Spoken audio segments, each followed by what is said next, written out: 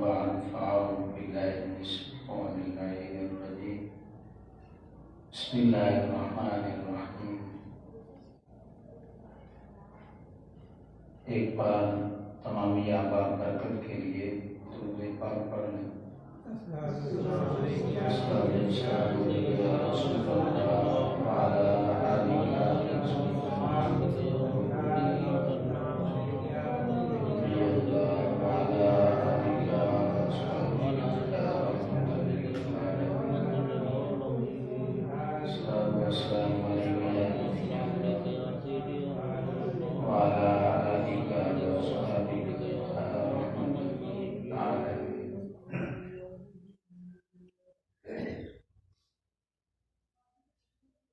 حمد و صلات کے بعد آپ تمامی احباب کو السلام علیکم ورحمۃ اللہ وبرکاتہ۔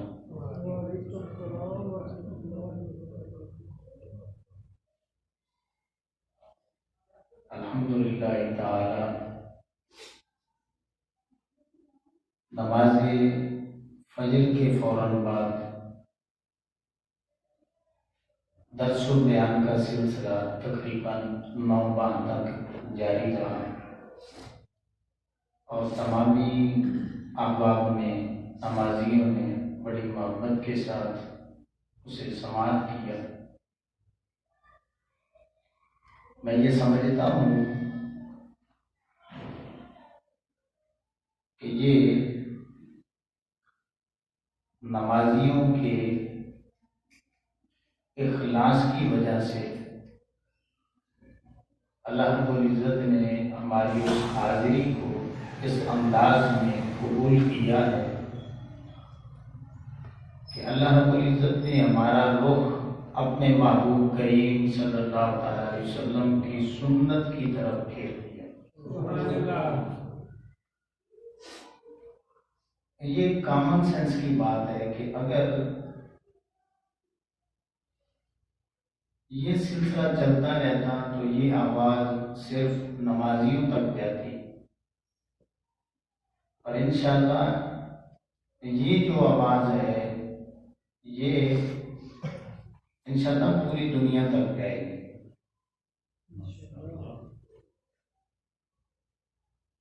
امام الانبیاء صلی اللہ علیہ وسلم کے غلاموں، سورہ حجرات کی پہلی آیہ کریمہ، اس میں اللہ رب العزت نے یہ فرمایا ہے کہ یا ایھا الذین آمنوا لا تقدموا بین یدی اللہ ورسولہ واتقوا اللہ۔ اے ایمان والو، اللہ اور اس کے رسول صلی اللہ تعالی علیہ وسلم سے آگے مت بڑھو، آگے مت بڑھو، اللہ سے ڈرو۔ اب اس آیہ کریمہ کا شان نزول ہم پڑھ کے دیکھیں کہ آقا علیہ السلام کی بارگاہ ناز میں بنو تمیم کا ایک وفد آتا ہے اور وہ اپنے قبیلے کے لیے امیر کی تقرری کے لیے عرضی پیش کرتے ہیں، یا رسول اللہ صلی اللہ علیہ وسلم ہمارے علاقے کے لیے نا کوئی امیر مقرر کر دیں۔ جب یہ بات ہوتی ہے، آقا علیہ السلام نے ابھی کوئی رائے قائم نہیں کی، کوئی بات نہیں کی، کوئی مشورہ نہیں کیا۔ حضرت سیدنا صدیق اکبر رضی اللہ تعالیٰ عنہ نے ایک بندہ جو تھا نا اس کو سلیکٹ کر دیا کہ فلاں بندے کو امیر بنا دیں۔ حضرت سیدنا عمر فاروق رضی اللہ تعالیٰ عنہ کھڑے ہوئے، انہوں نے دوسرے بندے کا نام دے دیا کہ اس بندے کو سلیکٹ کر دیں۔ اب یہ بحث مباحثہ ہونے لگا، آوازیں تھوڑی سی اونچی ہونے لگی، تو اللہ رب العزت نے قرآن مجید میں ان آیات طیبات کو نازل کیا کہ اے ایمان والو، اللہ اور اس کے رسول صلی اللہ علیہ وسلم سے آگے مت بڑھو۔ کیا مطلب کہ ابھی تک میرے حبیب کریم علیہ السلام نے کوئی کوئی رائے قائم نہیں کی، کوئی مشورہ آپ سے لیا ہی نہیں، تو آپ نے خود ہی مشورے دینے شروع کر دیے ہیں، تو یہ بھی پڑھنا ہے۔ آواز کا اونچا ہو جانا یہ بھی پڑھنا ہے۔ اگر آقا علیہ الصلوۃ والسلام چل رہے ہوں تو چلنے میں بھی کوئی پہل کرتا ہے تو یہ بھی آگے بڑھنا ہے۔ اللہ بتانا چاہتا ہے کہ میرے بندو، ایمان والوں، دنیاوی معاملہ ہو یا دینی معاملہ ہو، کسی معاملے میں بھی تم نے میرے حبیب کریم علیہ الصلوۃ والسلام سے آگے نہیں بڑھنا، کسی معاملے میں۔ اب آقا علیہ الصلوۃ والسلام کا ایک انداز تھا، طریقہ کار تھا کہ آقا علیہ الصلوۃ والسلام ہفتے میں ایک بار مخاطبت کرتے تھے، ایک بار۔ حالانکہ اس زمانے کو قرآن پڑھ کے دیکھیں، قرآن زمانہ جاہلیت قرار دیتا ہے۔ جاہلیت جس دور میں راج کر رہی تھی نا، تو آقا علیہ الصلوۃ والسلام اس دور میں ہفتے میں ایک بار درس دے رہے ہیں۔ کیوں؟ کہ نبی جو ہوتا ہے نا، نبی رسول جو ہوتا ہے وہ امت کی نفسیات کو بھی سمجھتا ہے، امت کی نفسیات کو بھی سمجھتا ہے۔ سارے حالات و واقعات پہ نبی کی نظر ہوتی ہے، تو ساری صورتحال کو دیکھ کر کے نبی فیصلہ فرماتا ہے۔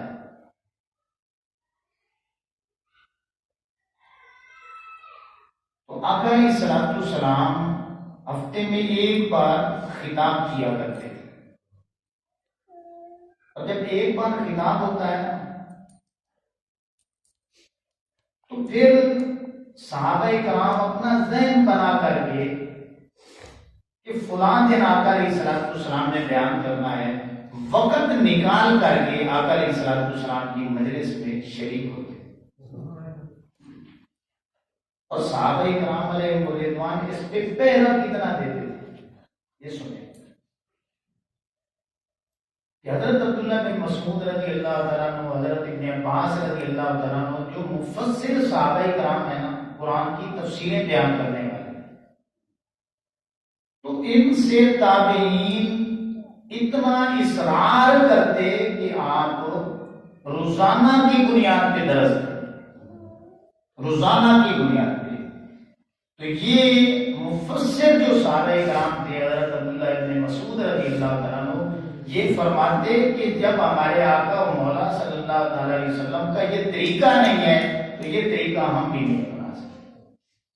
کیوں؟ اس لیے کہ نبی سے بڑھ کر کوئی بندہ بھی امت کا پیروکار نہیں ہو سکتا، نبی سے آگے نہیں بڑھنا، کسی معاملے میں نہیں بڑھنا۔ اب میں آپ کو ایک بات سنانا چاہتا ہوں، اور بڑی دلچسپ بات ہے، سننے والی ہے۔ ساری بڑی رکت انگیز حدیث سے بات، یہ بخاری شریف میں موجود ہے، 691 نمبر کی حدیث سے بات، مسلم میں بھی موجود ہے، نسائی میں بھی موجود ہے، ابن ماجہ میں بھی موجود ہے، مسند احمد میں بھی موجود ہے، اور مشکات شریف میں بھی موجود ہے۔ میں صرف بخاری کا نمبر بتا رہا ہوں، 691 نمبر یہ حدیث سے بات۔ حضرت ابو ہریرہ رضی اللہ تعالیٰ عنہ بیان کرتے ہیں کہ عن النبی صلی اللہ علیہ وسلم قال، کہ یہ بات میں نے آقا کریم صلی اللہ تعالیٰ علیہ وسلم سے سنی، اما یخشی احدکم او لا یخشی احدکم، کہ تم کیوں نہیں ڈرتے، تم کیوں نہیں ڈرتے، اس بات سے تمہیں ڈر کیوں نہیں لگتا، اذا رفع رأسہ قبل الامام، کہ جب تم امام کے پیچھے نماز پڑھتے ہو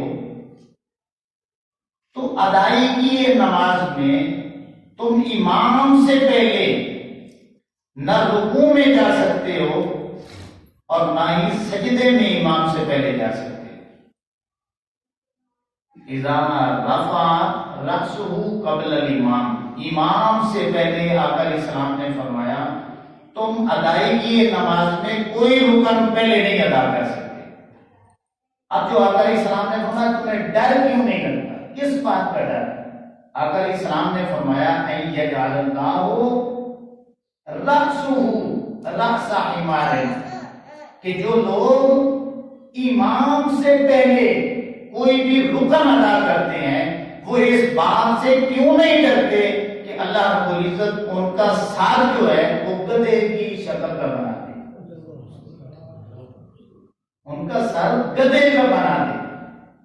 آگے آقا علیہ السلام نے فرمایا او یجعل اللہ صورت حمار، یا اس کی پوری شکل کو گدھے کی شکل میں بدل دے۔ اب ایمان سے تھوڑی سی توجہ سے آپ نے میری بات سنی ہے کہ میرے جیسا گنہگار بندہ، آپ جیسا گنہگار بندہ کوئی امامت کے مصلی پہ کھڑا ہو جائے، امامت کے مصلی پہ کھڑا ہو جائے تو اس امام کی اتباع جو نہیں کرتا، اس امام کے پیچھے جو نہیں چلتا، تو آقا علیہ السلام نے کتنی سخت تنبیہ کی کہ اس کا سر اور دوسرے الفاظ ہے کہ پوری شکل گدھے کی اللہ بنا دے، اسے ڈرنا چاہیے۔ تو جب عام میرے جیسا امام بندہ، عام جیسا امام بندہ مصلی پہ کھڑا ہوتا ہے، اس کی اتباع اتنی ضروری ہے، تو جو امام الانبیاء صلی اللہ علیہ وسلم ہے ان کی اتباع کتنی ضروری ہے۔ عام امام کی اتباع اتنی ضروری ہے کہ اس سے پہلے عمل کریں گے تو سخت تنبیہ ہے۔ تو جو امام الانبیاء صلی اللہ علیہ وسلم کی پیروی نہیں کرے گا تو پھر اس کا حال کیا ہوگا، خود سوچیں۔ اس لیے امام الانبیاء صلی اللہ علیہ وسلم کے غلاموں، میں نے آپ کو سمجھانے کی بڑی کوشش کی ہے کہ اسی میں فائدہ ہے کہ ہم آقا علیہ السلام کے پیچھے پیچھے چلیں، ہم اپنا ذوق نہ دیکھیں، اپنے معاشرے کے حالات نہ دیکھیں، ہم دوسرے لوگوں کو نہ دیکھیں کہ فلاں مسجد میں کیا ہوگا۔ آقا علیہ السلام نے جس انداز میں تربیت کی ہے نا، اب اس انداز سے بڑھ کر کوئی انداز ہو ہی نہیں سکتا۔ امام مالک رحمۃ اللہ علیہ کا قول موجود ہے کتابوں میں کہ لن یصلح هذه الامه الا ما اصلح اولا۔ امام مالک رحمۃ اللہ علیہ فرمایا کرتے تھے اے دنیا والوں سن لو کہ اس امت کے پہلے حصے کی اصلاح جس انداز میں آقا علیہ السلام نے کی ہے، اسی امت کے دوسرے حصے کی اصلاح اسی طرح ممکن ہے جس طرح آقا علیہ السلام نے اس امت کے پہلے حصے کی ہے۔ اس طریقے کو چھوڑ کر کے، اس انداز کو چھوڑ کر کے اگر کوئی اللہ کی بارگاہ میں قبولیت اختیار کرنا چاہتا ہے یا دنیاوی لحاظ سے چاہتا ہے کوئی فائدہ ہو جائے گا، تو فائدہ اللہ نے رکھا ہی نہیں، تو کیا فائدہ ہوگا؟ تو اس لیے امام الانبیاء صلی اللہ علیہ وسلم کے غلاموں، انشاءاللہ یہ جو سلسلہ ہے ہفتہ وار، اسے ہم مزید محنت کر کے، کوشش کر کے آگے بڑھانے کی کوشش کریں، اور ہم یہ کوشش کریں گے کہ ہمارا ہر عمل وہ آقا علیہ السلام کی اتباع میں۔ ایک حدیث پاک میں بھی آتا ہے کہ آقا علیہ السلام نے فرمایا لا یؤمن احدکم حتی اکون هواه تبعا لما جئت به۔ آقا علیہ السلام نے فرمایا اس وقت تک کوئی بندہ مومن ہو ہی نہیں سکتا جب تک کہ وہ اپنی من مانی چھوڑ کر کے مجھ محمد کی شریعت پہ نہیں چلنا شروع کر دے۔ من مانی کرنے سے اللہ راضی نہیں ہوتا، شریعت پہ چلنے سے اللہ راضی ہوتا۔ تو ہم عمومی طور پہ نا اپنے معاشرے کو دیکھتے ہیں، اپنے لوگوں کو دیکھتے ہیں، دیگر احباب کو ادھر ادھر سے دیکھتے ہیں، کاش ہمارا رخ اس طرف ہو جائے کہ ہم نے کسی کو نہیں دیکھنا، ہم نے صرف اس سونے کو دیکھنا ہے جس کا چہرہ اللہ رب العزت بھی کرتا ہے۔ پنجابی میں ایک شعر ہے کہ جے چھڑ دے یہ دنیا، جے چھڑ دے یہ دنیا ہو سکدا گزارا، محمد نو چھڑیاں گزارا نہیں ہوتا۔ جے چھڑ دے یہ دنیا ہو سکدا گزارا، محمد نو چھڑیاں گزارا نہیں ہوتا۔ محمد نو چھڑ کے کڑے کوئی رستہ، خدا دی قسم خدا دا پیارا نہیں ہوتا۔ آقا علیہ السلام کا طریقہ چھڑ کے کوئی بھی اللہ کی بارگاہ میں مقبول نہیں بن سکتا۔ حضرت جنید بغدادی رحمۃ اللہ علیہ فرمایا کرتے تھے کہ اے دنیا والوں سن لو، اللہ نے سارے رستے جو اپنی طرف آتے تھے نا اب سارے بند کر دیے، اب ایک ہی رستہ باقی ہے، وہ صرف ہے محمد عربی صلی اللہ علیہ وسلم کے پیچھے چلنا، ان کے پیچھے چل پڑنا ہی منزل ملنے کی ضمانت ہے۔ تو امام الانبیاء صلی اللہ علیہ وسلم کے علماء اس بات کی نزاکت کو آپ بھی سمجھتے ہیں۔ اللہ اکبر۔ اب جتنے بھی انبیاء کرام آئے ہیں نا وہ سارے کے سارے دائی بن کے ہیں۔ کیا بن کے ہیں؟ یہ قرآن مجید میں آتا ہے کہ وَمَا نُرْسِلُ الْمُرْسَلِينَ إِلَّا مُبَشِّرِينَ وَمُنذِرِينَ، کہ آدم علیہ السلام سے لے کر کے آقا علیہ السلام کی ذات والا صفات تک جتنے بھی نبی آئے، جتنے بھی رسول آئے، سارے دعوت اللہ یعنی اللہ کی طرف بلانے کے لیے، اور آقا علیہ السلام کا نام بھی اللہ نے قرآن مجید میں یہ بیان کیا۔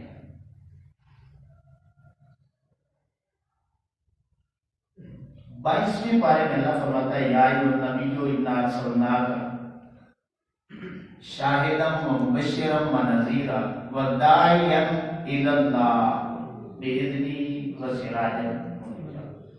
اللہ فرماتا ہے کہ ہم نے اپنے نبی کریم علیہ السلام کو مبشر بنا کے بھیجا ہے، نذیر بنا کے بھیجا ہے، داعی الی اللہ بنا کے بھیجا ہے، اور اللہ کے اذن کے ساتھ چمکتا ہوا سورج بنا کے بھیجا۔ اللہ اب امام الانبیاء صلی اللہ علیہ وسلم کے کام جو بنیادی باتیں ہیں وہ ہم ذہن میں رکھیں گے تو پھر بات بڑی بہترین سمجھ آئے گی۔ اس دنیا میں جتنی بھی عمارتیں ہیں اور جتنی اونچی ہیں، کبھی آپ نے سوچا ہے وہ کیوں کھڑی ہیں؟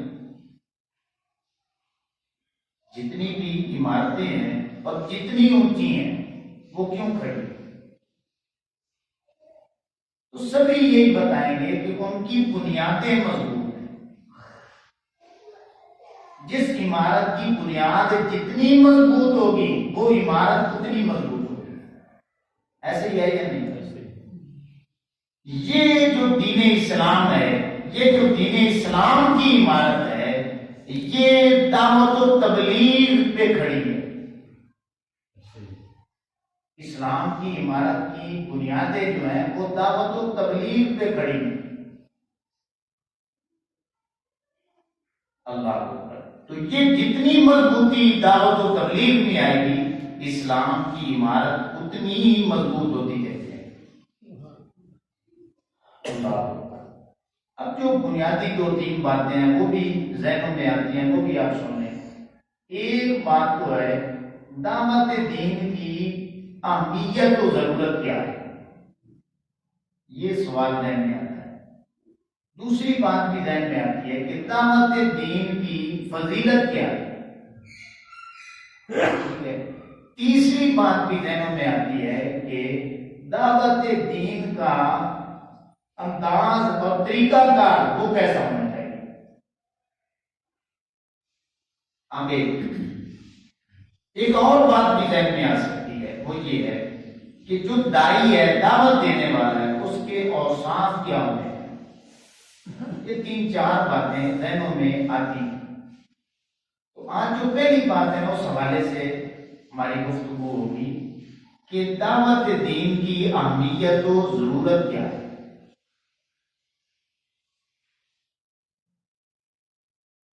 یہ جو لفظ بولا جاتا ہے نا دعوت اللہ، یہ قرآن کا لفظ ہے جس کا معنی ہے اللہ کی طرف بلانا، اللہ کی طرف بلانا۔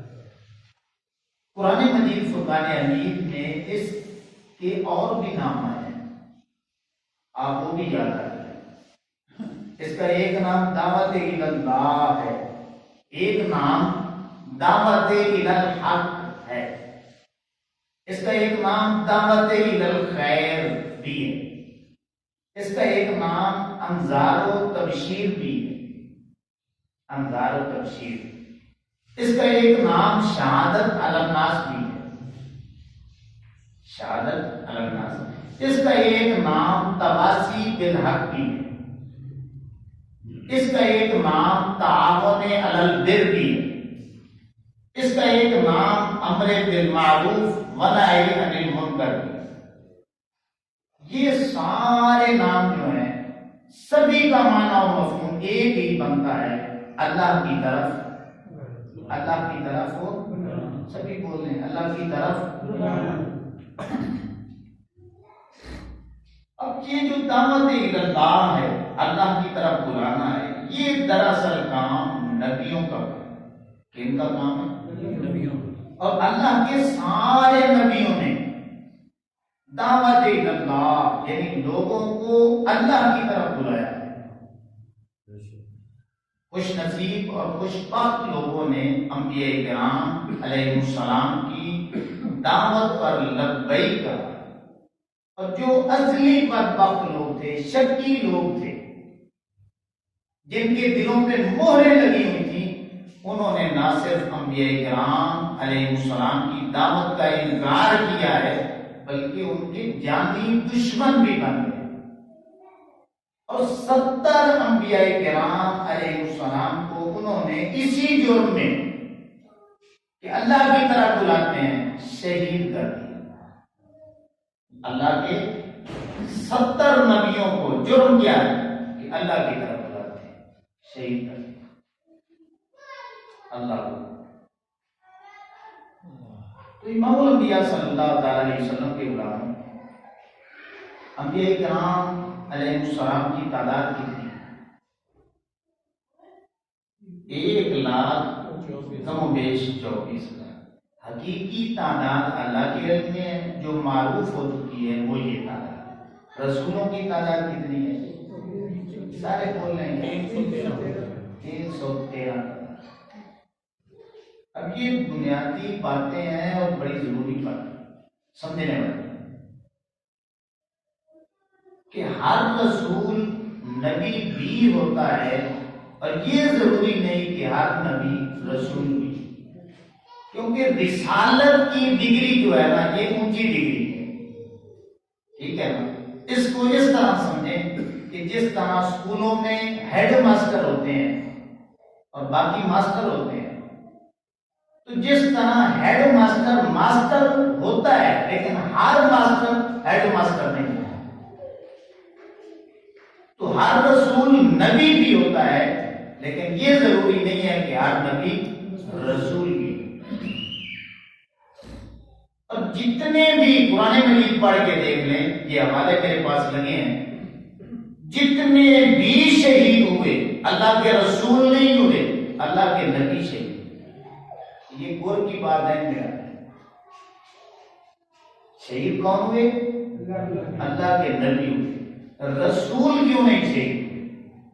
علماء نے لکھا ہے کہ اللہ کے سارے رسول وہ اللہ کی خاص حفاظت میں ہوتے ہیں، پروٹیکشن میں ہوتے ہیں، اللہ رب العزت ان کی حفاظت کر رہا ہوتا ہے کہ رسول جو ہے نا ان کو شہید نہیں کیا جا سکتا۔ اسی لیے امام الانبیاء صلی اللہ علیہ وسلم کے غلاموں کوئی رسول بھی شہید نہیں ہوا، جتنے بھی ہوئے سارے کے سارے نبی شہید۔ اللہ تو امام الانبیاء صلی اللہ تعالی علیہ وسلم کے علماء، یہ قرآن مجید میرے سامنے پڑا ہے، اب اتنا وقت نہیں ہے کہ میں آپ کو ایک ایک آیت پڑھ کے سناؤں، یہ حوالے میں نے سارے سامنے لگا دیا۔ یہ سورہ بقرہ آیت نمبر 61 پڑھ کے دیکھیں، سورہ آل عمران آیت نمبر 21، سورہ آل عمران آیت نمبر 112، سورہ آل عمران آیت نمبر 181، سورہ نساء آیت نمبر 155، سورہ مائدہ آیت نمبر 70، سورہ انفال آیت نمبر 30، سورہ یوسف آیت نمبر 10۔ یہ سارے حوالے میں نے لگا کے رکھے ہیں۔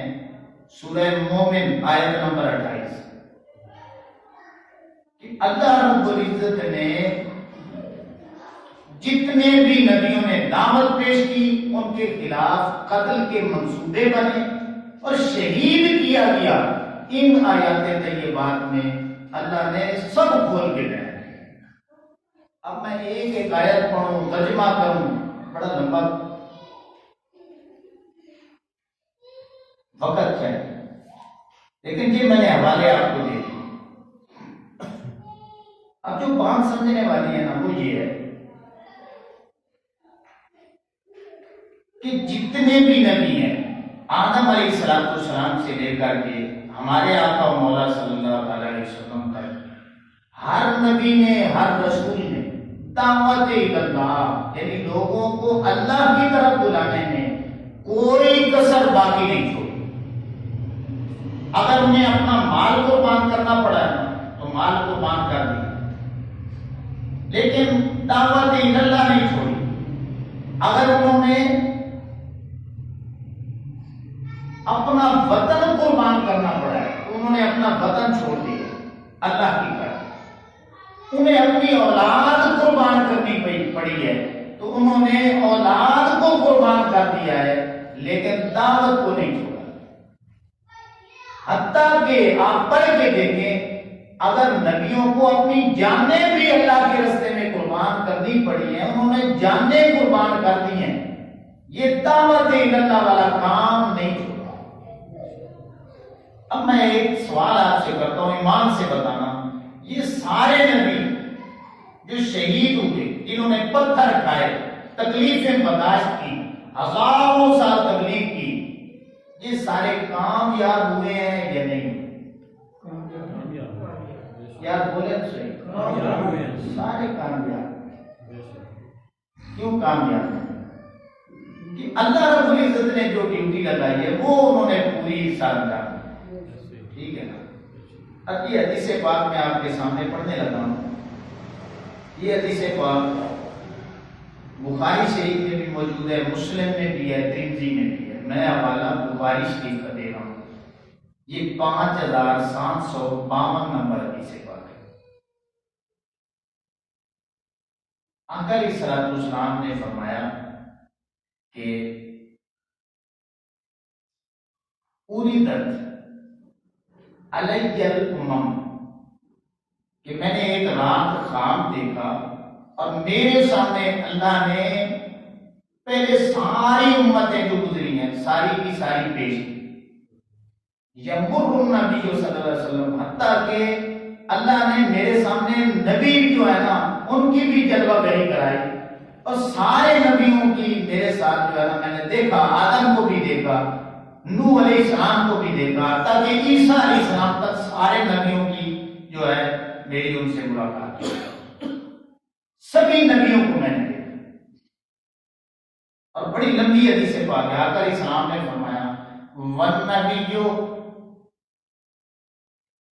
مَعَهُ الرَّجُلُ، میں نے کسی نبی کو دیکھا کہ اس کے ساتھ ایک بندہ جا رہا ہے۔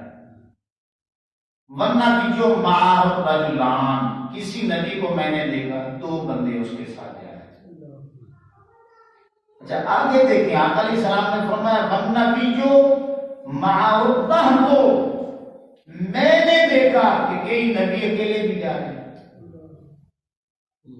کئی نبیوں کے ساتھ۔ دوسری حدیث پاک میں آتا ہے 5 بندوں کا آقا علیہ السلام نے دیا، ایک حدیث میں آتا ہے 10 بندوں کا ذکر کیا، ایک حدیث میں آتا ہے کہ آقا علیہ السلام نے ایک جماعت کو بھی دیکھا، لیکن خواب میں دیکھا کہ میری امت جو ہے نا وہ سب سے زیادہ ہے،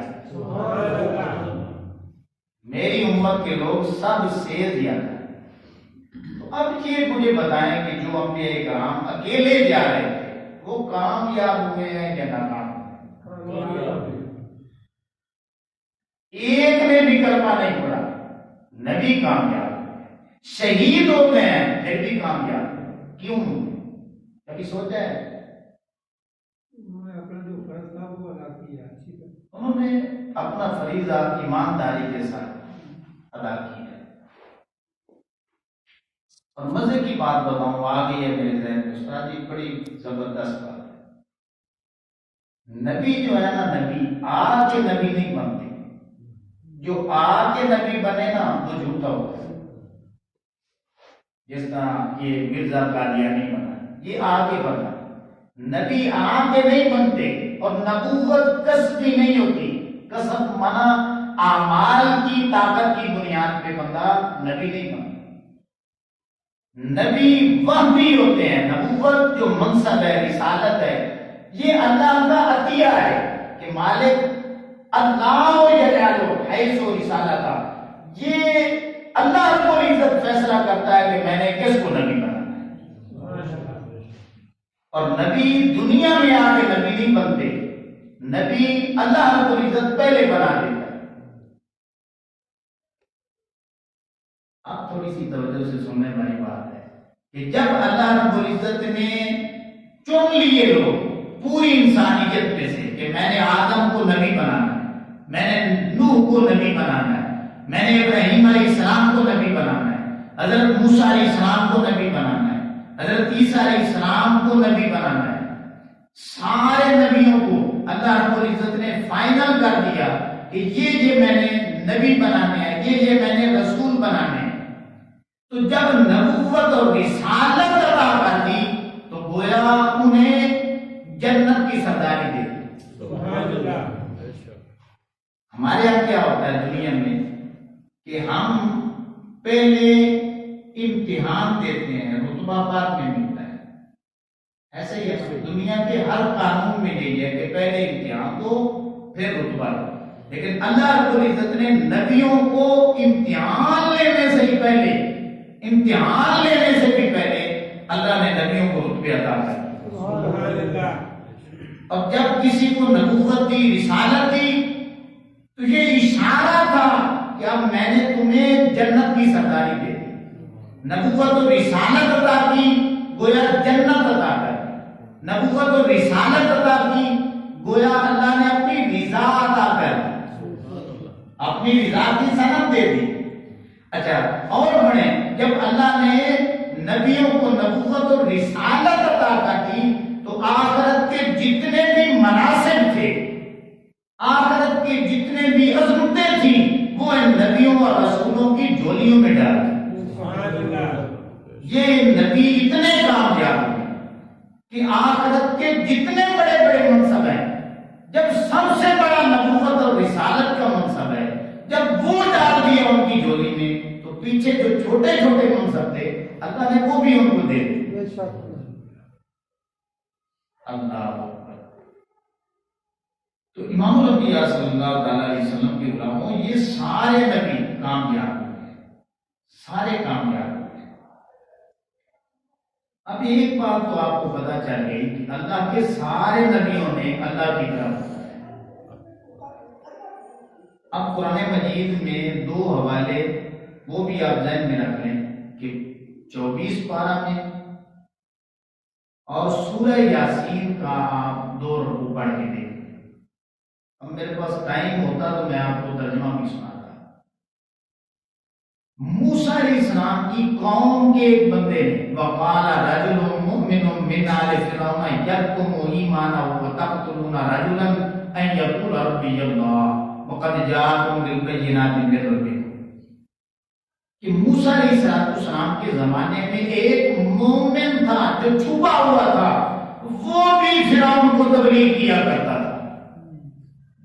آپ نے موسیٰ علیہ السلام کی تبلیغ تو سنی ہے، وہ جو چھپا ہوا تھا ایمان والا وہ بھی فرعونیوں کو دعوت اللہ کا کام سر انجام دیا، چھپا ہوا تھا۔ اللہ فرماتا ہے یکتم، ایمان کو اس نے چھپایا ہوا تھا۔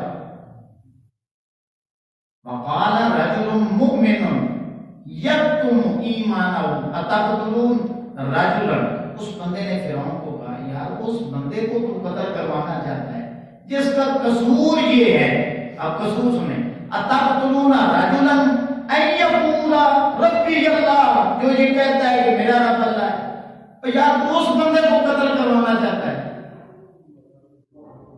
اگر وہ سچ کہتا ہے تو اس کا اپنا بھلا ہوگا، اگر جھوٹ کہتا ہے تو اس کو جو مصیبتیں آئیں گی، پریشانیاں آئیں گی، وہ خود جھیلے گا۔ اسلام کی دعوت بھی پیش کر، نبی کی دعوت بھی پیش کر۔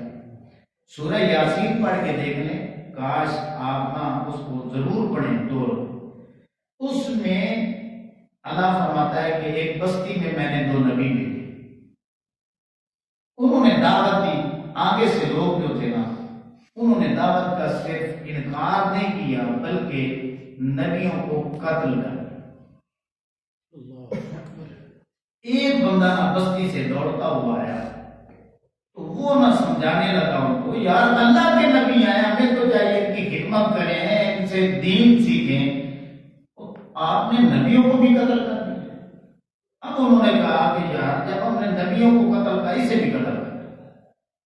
اب اس بندے کو بھی انہوں نے قتل کیا۔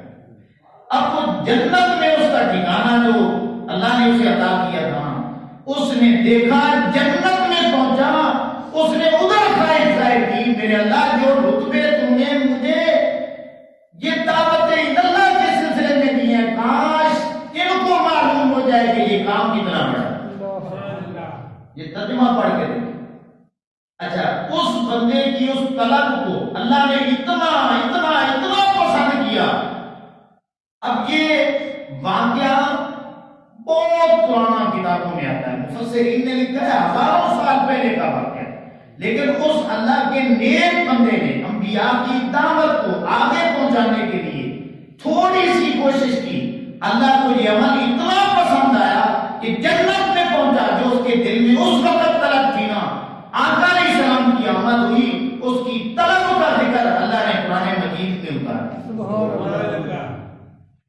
یار اس بندے نے شہید ہو کے بھی اس کے اندر طلب ہے، کاش لوگوں کو پتہ چل جائے کہ یہ کام کتنا بڑا ہے۔ اللہ، تو یہ میں نے 2 حوالے آپ کے سامنے رکھے کہ سابقہ انبیاء کرام کے ماننے والے وہ دعوت اللہ کا کام کیا کرتے تھے۔ آپ سن لیں کہ جب آقا علیہ السلام کی جلوہ گری ہوگی تو آقا علیہ السلام کے بعد تو نبی نے آنا ہی نہیں ہے۔ اب یہ مسلم شریف کا حوالہ سن لیں، 4773 نمبر حدیث پاک ہے، مشکات میں بھی موجود ہے۔ آقا علیہ السلام نے فرمایا، بڑی سچی زبردست اور بہترین قسم کی حدیث پاک۔ آقا علیہ السلام نے فرمایا کانت تسوسهم الانبیاء کلما ہلک نبی وخلفہ نبی، کہ جتنے بھی اللہ نے نبی بھیجے ہیں نا وہ سیاست کیا کرتے تھے، وہ لوگوں کے معاملات میں فیصلے کیا کرتے تھے، انہیں دانائی و حکمت سکھایا کرتے تھے۔ یہ سارے معنی تسوس کے آتے ہیں۔ کلما ہلک نبی وخلفہ نبی، جب ایک نبی دنیا سے جاتے تو اللہ رب العزت پھر دوسرے نبی کو کہ یہ دعوت اللہ کا کام رکنا نہیں چاہیے۔ اب آقا علیہ السلام کی حدیث سنیں، آپ کے دل باغ باغ ہو جائیں گے۔ آقا علیہ السلام نے فرمایا وَإِنَّهُ لَا نَبِيَّ بَعْدِي، آیا میرے امتیوں اب میرے بعد نبی کوئی نہیں آئے گا۔ وَسَتَكُونُ خُلَفَاءُ فَتَكْسُرُونَ، اب میرے بعد دعوت اللہ کا کام کرنے والے میرے جانشین آئیں گے، میرے خلیفے آئیں گے۔ آپ نے ابھی تک نا غور نہیں کیا، اگر نبی آنے ہوتے تو آقا علیہ السلام فرما کے جاتے میرے امتیوں اور میرے بعد نبی آئیں گے، آقا علیہ السلام نے فرمایا میرے بعد نبی نہیں آئے گا، اب میرے بعد یہ کام میری امت کے جو لوگ کریں گے نا، دعوت اللہ والا کہ اللہ کی طرف بلائیں گے، ان کا رتبہ بھی عام نہیں ہوگا، وہ میرے جانشین ہوں گے، میرے خلیفے ہوں گے۔ یار ہم کتنی کوشش کرتے ہیں اس پیر کا خلیفہ بن جائے، اس پیر کا خلیفہ بن جائے، اس پیر کا خلیفہ بن جائے۔ آقا علیہ السلام دعوت اللہ کے رستے پہ ڈال کر اپنے ہر امتی کو اپنا خلیفہ بنانا چاہتے ہیں۔ آپ میں سے کوئی بھی نہیں ہے جو چاہتا ہے یار قیامت والے دن جب میں اٹھوں تو اللہ فرمائے اے میرے حبیب کریم علیہ السلام یہ تو آپ کا خلیفہ ہے، آپ کا جانشین ہے۔ اللہ تو یہ بہت بڑی دعوت ہے، بہت بڑا منصب ہے، ہم اسے لینا ہی نہیں چاہتے یار۔ اللہ اب قرآن مجید میں ایک آیت آتی ہے دوسرے بارے میں، کنتم خیر امت اخرجت للناس تأمرون بالمعروف وتنہون عن المنکر، کہ اللہ نے فرمایا کہ تم بہترین امت ہو۔ وجہ کیا ہے کہ تم لوگوں کے لیے نکالے گئے، تم نیکی کا حکم دیتے ہو، برائیوں سے منع کرتے ہو۔ فضیلت کی وجوہات علماء نے یہ جو اللہ نے فرمایا تم بہترین امت ہو، بس دو وجہ بیان کی۔ ایک وجہ تو یہ ہے، علماء لکھتے ہیں کہ جتنی بھی امتیں گزری ہیں نا، ایک ایک امت وہ جو ایک ایک جرم کرتی تھی نا، آقا علیہ السلام کی امت وہ سارے جرم ملا کے وہ سارے جرم کر رہی ہے، تو پھر خیر امت اس کو کیسے رقم کرے؟ فضیلت والی کوئی بات ہی نہیں ہے، تو پھر فضیلت کیسے مل گئی ہے؟ علماء نے لکھا ہے کہ جب نبی اللہ نے امام الانبیاء عطا کیا ہے نا، تو پھر اللہ نے امت کو بھی ساری امتوں پہ فضیلت دی۔ سبحان اللہ، اس امت کو نسبت آقا علیہ السلام سے ہو گئی ہے، اس لیے یہ خیر امت بن چکی ہے ساری امتوں سے۔ اور دوسری وجہ یہ ہے کہ جو کام پہلے نبی آ کر کرتے تھے نا، اب آقا علیہ السلام کی ختم نبوت کی برکت سے وہ کام اللہ کے رسول کے امت ہی کریں گے، دعوت اللہ والا کام، اس وجہ سے ان کو یہ فضیلت مل گئی۔ اندازہ لگائیں کتنی بڑی فضیلت ہے جو اللہ نے ہمیں عطا کی، ہم یار کیوں غافل ہیں اس سے؟ اور ہم یہ سمجھتے ہیں کہ شاید نہ یہ کام علماء کا ہے، یہ کام جو درس نظامی پڑھا ہوا ہے نا اس نے کرنا ہے، یہ کام کرنے کے لیے حافظ ہونا ضروری ہے، یہ کام کرنے کے لیے قاری ہونا ضروری ہے، کوئی شرط نہیں ہے۔ اب یہ حدیث پاک نوٹ کریں، 3461 نمبر حدیث بخاری میں موجود ہے۔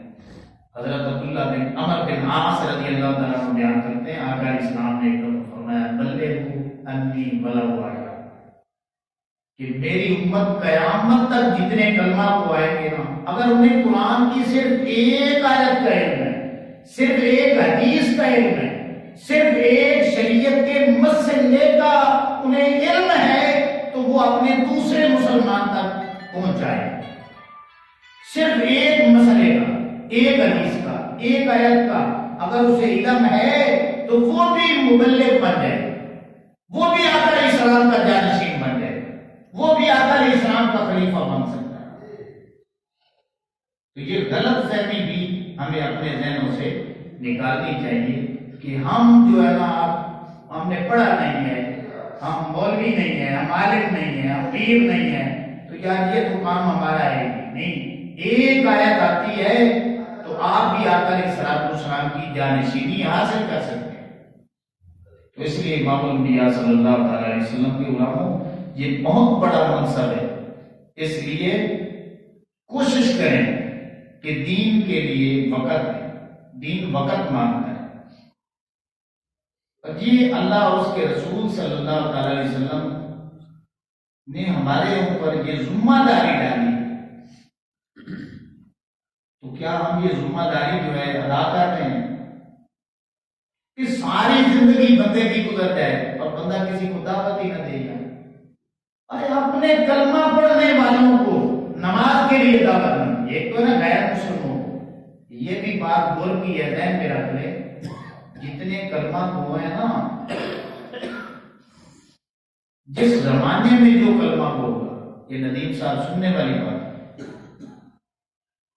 جنہوں نے بھی آقا اسلام کا کلمہ پڑھا ہے، اس دعوت کو اس وقت دنیا میں جتنے لوگ موجود ہوں گے غیر مسلم، ان تک پہنچانا ان کلمہ گو کا کام۔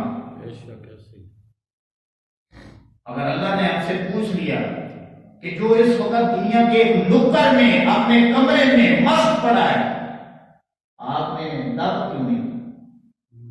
اور میں یہ سمجھتا ہوں کہ ہم سے زیادہ پوچھا گیا، وہ کیوں کہ پہلے زمانے میں اتنی جدت نہیں تھی، اتنی تیزی نہیں تھی، یہ زمانہ تیز ہو چکا ہے، آپ کے پاس جدید ذرائع موجود ہیں، آپ چند لوگ نہیں سن رہے، یہ آواز پوری دنیا تک جا رہی ہے۔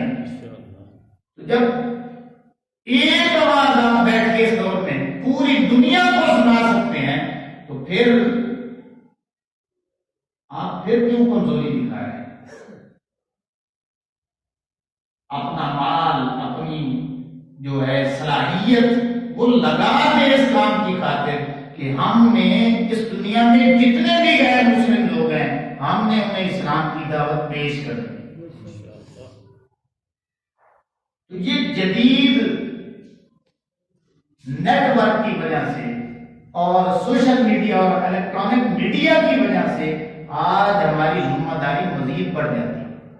اگر آج بھی ہماری آنکھیں نہیں کھلے گی پھر کبھی نہیں کھلے گی۔ تو کسی شاعر نے کیا خوب کہا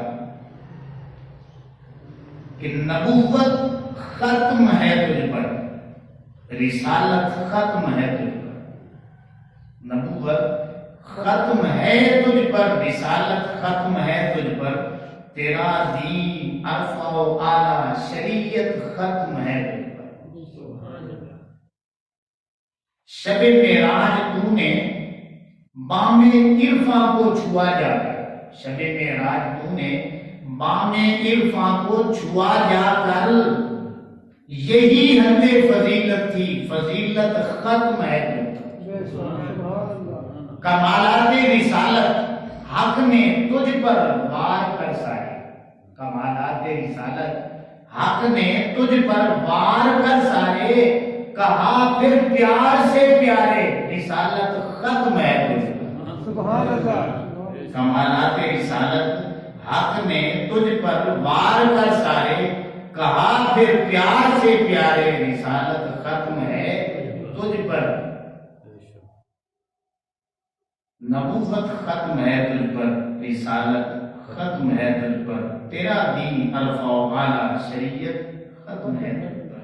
تو امام الانبیاء صلی اللہ تعالیٰ علیہ وسلم کے غلاموں، آج کا ہمارا جو سبق ہے، ہماری نشست ہے، ہم اسی بات پہ ختم کرتے ہیں کہ ہم یہ اللہ سے عہد کریں کہ یہ نبیوں والا کام جن کو اللہ نے چنا ہے، یہ دعوت والا کام بندہ اپنی طاقت سے نہیں کر سکتا، صرف وہ لوگ کرتے ہیں جو چنے ہوئے ہوتے ہیں۔ ہم یہ دعا کرتے ہیں آج کی مجلس میں، اے مالک ہمیں ان چنے ہوئے لوگوں میں داخل فرما لے، اپنے برگزیدہ بندوں میں شامل فرما لے، اپنے نبیوں کی صف میں کل قیامت والے دن ان کے پیچھے پیچھے ہم بھی کھڑے ہوئے۔ تو جب یہ دعوت اللہ والا کام کریں گے تو انشاءاللہ کل قیامت والے دن ہم بھی انبیاء کرام علیہ السلام ان کے پیچھے پیچھے ہوں گے، اور انشاءاللہ کل قیامت والے دن ہمیں آقا علیہ السلام کی صحبت، سنگت اور معیت ضرور نصیب ہوگی۔ اللہ ہمیں عمل کی توفیق عطا فرمائے۔ وما علینا الا البلاغ۔